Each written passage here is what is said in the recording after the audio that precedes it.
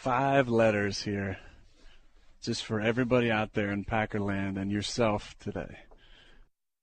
RELAX. Relax. Look, Aaron Rodgers has only said that comment one time, 5 years ago. But the Green Bay Packers don't really seem to realize that this happens almost every single season. Welcome to the Bottom Line View. My name is Dylan. We're talking about the Green Bay Packers today. Should the Green Bay Packers really be relaxing in this situation? Every single season for the past 7 years, besides 2012 and 2015, the Green Bay Packers have historically gotten off to a shockingly slow start. And you think it would be shocking, but after it happens over and over and over again, the shock factor really goes away. Before we get into the current situation, let's look at the last 8 seasons, excluding what should have been 2011 and 2015, and see how slow this team really does start out in almost every year. In 2009, which is the first season after 2008, where they had a losing record of 6-10, they started off the year 4-4. They were struggling, and they went on to win 7 of their last 8 games, finished the year off 11-5, and won the division. 2010, they started out at 3-3.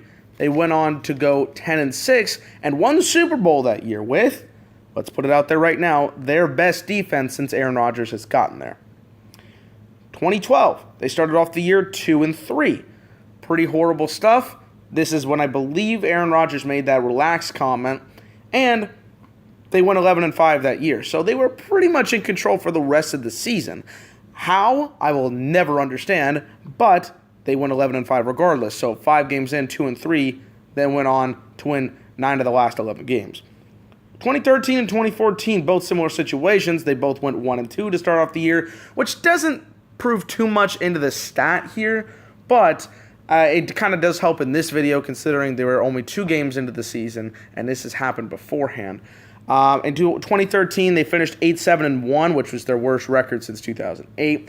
And in 2014, they finished 12-4, so they only lost 2 more games after week 3. That's a big one. And 2016, which is the biggest example since the relax comment, they went 4-6, and then Aaron Rodgers made his second quip of the week and run the table, and they did, winning their last 6 games and winning the NFC North in surprising fashion. So here's how this goes. This has easily been a thing that has been happening for multiple years in the Green Bay Packers organization. I don't really know how to explain it. I don't know how this phenomenon can even be possible. But Aaron Rodgers and the Green Bay Packers have had this happen for multiple years. Let's get into this season, though. This season is an interesting factor.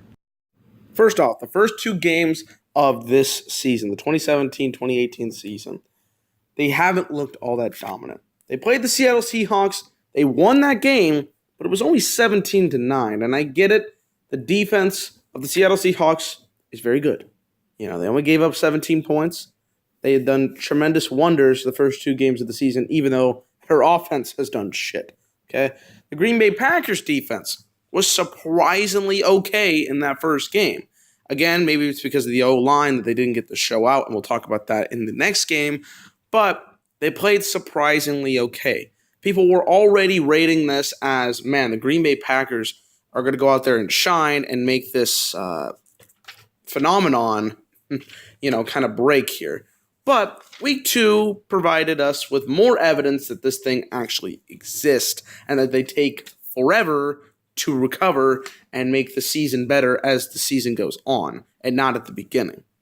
They played the Atlanta Falcons last night. We did a recap of it. Go check it out. Myself, Mitch, and Kev. We didn't really talk a lot about the game, though. We talked about it for a little bit. We more or less talked about the problems that the Packers have in these situations. They played an Atlanta Falcons team that we have said has been struggling in some key parts. They should have beaten the Bears a little bit easier last week, I should say. And they went out there and lost very badly to this Atlanta Falcons team. I get it. Atlanta was opening their new stadium, but they were down 31-7 at one point. The score suggested it was a close game with 34-23. But it didn't really look like the Packers were going out there and putting their stamp out, making them one of the best teams in the league. It really didn't seem that way. Aaron Rodgers tried to get something done, but he threw 50 times. 50. The Green Bay Packers cannot allow that to happen. They have no rushing game. Ty Montgomery, I like the guy. He's a solid pass-catching running back, and it feeds better into that scenario for him to be there instead of a slot receiver, but they need a solid running back. When Eddie Lacy was solid for those couple of years, he was the guy. It would have been good for Montgomery to be the second running back for him, but no, he is their starting running back. A wide receiver is the starting running back. The receivers, very talented, but they get hurt. Jordy Nelson, very questionable in the next couple of weeks. That's not going to help their situation. And if Jordy's out for a considerable amount of time, this is not going to be a favorable thing for Aaron Rodgers. The next two opponents that the Green Bay Packers have are the Cincinnati Bengals and the Chicago Bears, who are two of the worst teams in football, let's be honest. So if he's out for those two games in particular and then comes back, that might be favorable for the Green Bay Packers. But if he stays out there longer, if he's injured for a month or so, this could be very dangerous for the Green Bay Packers. They don't want that scenario. That is not going to help them in any way. And Randall Cobb had a shoulder injury at the end of the game as well. So we don't exactly know his status or Jordy's status for the next couple of weeks. But if he has no receiver threats, Aaron Rodgers is screwed. He's always played with good receivers. He's had Greg Jennings. He's had Donald Driver, Jermichael Finley. In his time, even though some of his offenses might not have been so clear as some of the other best offenses in the league for the last decade or so, he's always had a great receiver threat to get the job done. And if both of his receiver threats that are very, very good in this league right now are out, he is going to be screwed. And that's not even counting to the fact that his defense is trash. The Green Bay Packers defense for the last couple of years has not been very good. Let's be perfectly honest. The last 5 years, I have not really seen a very good Green Bay Packers defense. Nowhere near the top 10, I would say. But this one has got to be his worst. There is nothing special about this Green Bay Packers team, and they got blown out of the water last night by the Falcons. The Falcons have a great offense, okay? We've saw that when they exploded on the Green Bay Packers defense in the NFC Championship game last year. They were one of the best offenses that we have seen in a very long time. So you could say they were just outmatched. But that defense by itself is not very good. Clay Matthews is past his prime, and we know he got a sack and a half last night, but he is not the exciting player that he once was. Micah Hyde is gone. Julius Peppers is gone. There is not a lot of talent on that defense. And by the way, two of their offensive linemen, David Bakhtiari and Brian Bulaga, were also out of the game last night. So these injuries continue to pile up. So here's the main question for the Green Bay Packers. Should they RELAX? Well, considering they've done this before and the system has proved that, yes, they do win in these situations, it should be, yes, they should relax. But the answer for me is no. This is not the season to relax, okay? The next 2 weeks, they're playing two of the 5 worst teams in football right now. They're playing the Cincinnati Bengals and the Chicago Bears. The Cincinnati Bengals don't have a quarterback. I'm sorry. Andy Dalton has no capabilities as a quarterback right now. They did nothing against the Houston Texans, who were pretty shitty on their own last week, and the Baltimore Ravens, who I will give them okay credit for, even though they got 5 turnovers, because Baltimore's a great defense.